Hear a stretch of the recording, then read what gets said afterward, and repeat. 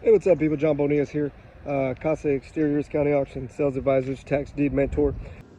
So real quick, I'm about to drop some nuggets here. So please follow the channel, like, subscribe right now. That way you get notifications whenever I put this stuff up. I got tons of videos with all of this. So I'm here today at a project that's going on here that is pretty much, it looks like a modular home.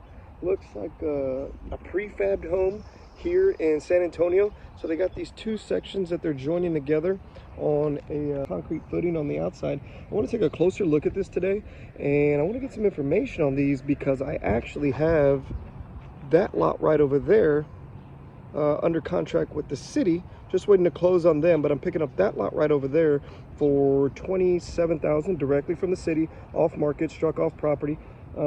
Picking that one up from them. But we have two of these going up right across the street from me. Let's take a closer look at these. So as we can see here from the outside, these are transported here, already prefabbed, framed out with a deck, siding, a porch patio, windows.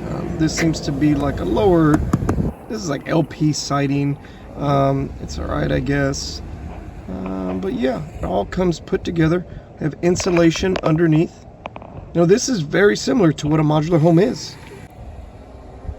Look in here, you got your concrete footing and your crawl space here, all concrete. This is where you can run your utilities underneath the home nice and easy. Plenty of room for plumbers to get under there.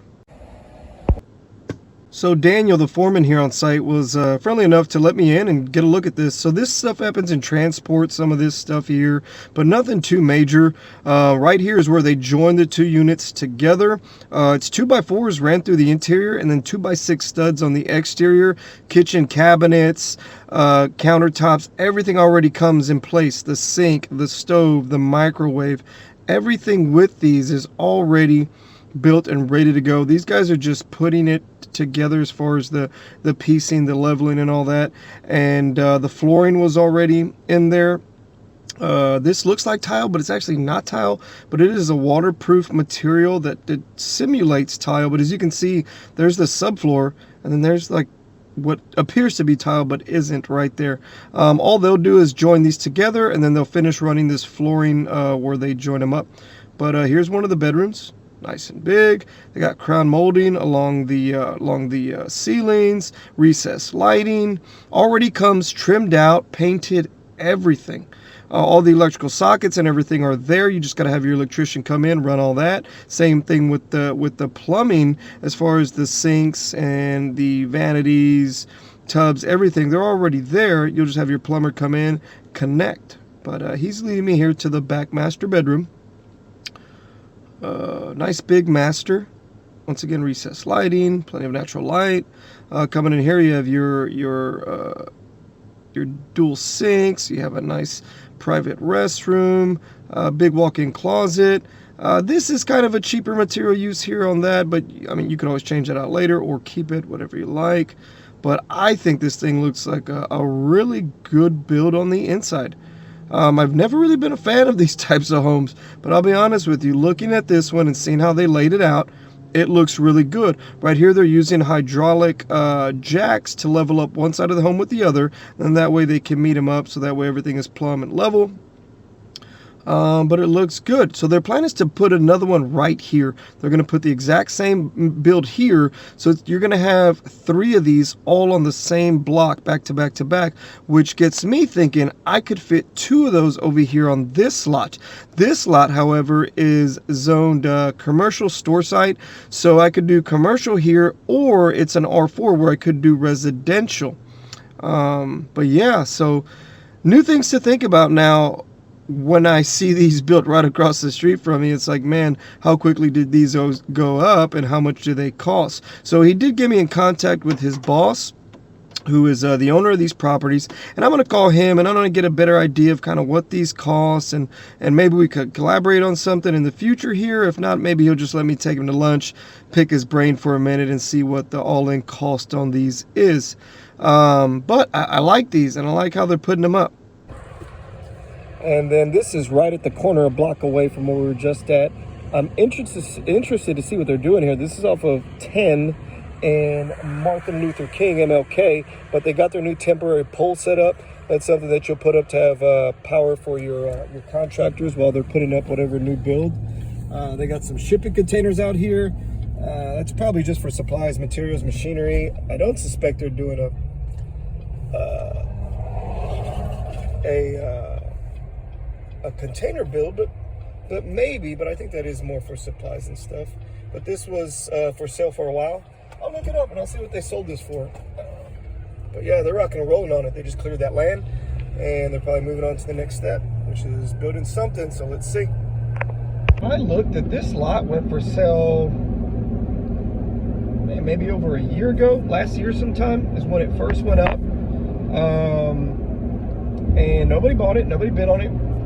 You know, because at that time, there was literally really nothing around there. There was a couple new builds that have been put up, but nothing really. And the area still is, you know, rough for the most part. If you're familiar with San Antonio, you know this 10 and MLK area, still rough. It's still rough.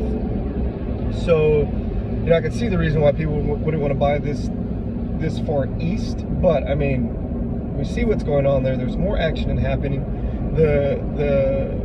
The action continues to push further east here in San Antonio, and then now this lot, if it were to go at auction again, with everything that's going on there now, I guarantee you this lot, you know, jumps up in price at an auction if it were to sell. But it's already gone to auction once. It's been sitting on the struck off list. I acquired it, put the purchase offer in with the county. Now I'm just waiting on that to close.